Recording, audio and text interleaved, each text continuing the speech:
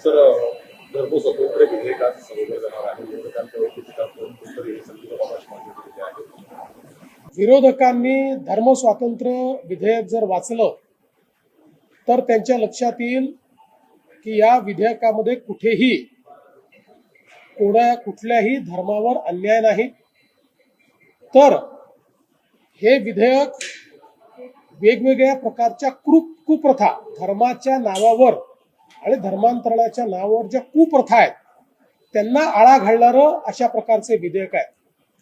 एखाद्याला स्वेच्छेने धर्मांतर करायचं असेल तर त्याची ही प्रोसेस आहे, ती दिलेली आहे.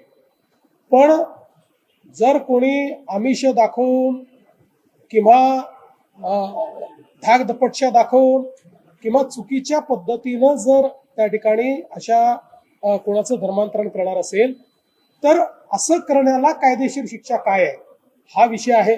अनेक केसेस आपल्या अशा लक्षात आलेल्या आहेत की मुलींना फूस लावून पळवून न्यायचं, लग्न करायचं, नंतर सोडून द्यायचं. मग अशा परिस्थितीमध्ये त्या मुलीच्या बाळाचं काय करायचं असे प्रश्न निर्माण होतात. त्यांच्या जीवनामध्ये अनेक वेगवेगळे प्रश्न निर्माण होतात. अशा अनेक प्रश्नांची उत्तरं ही कायद्याच्या माध्यमातून या ठिकाणी काढलेली आहेत.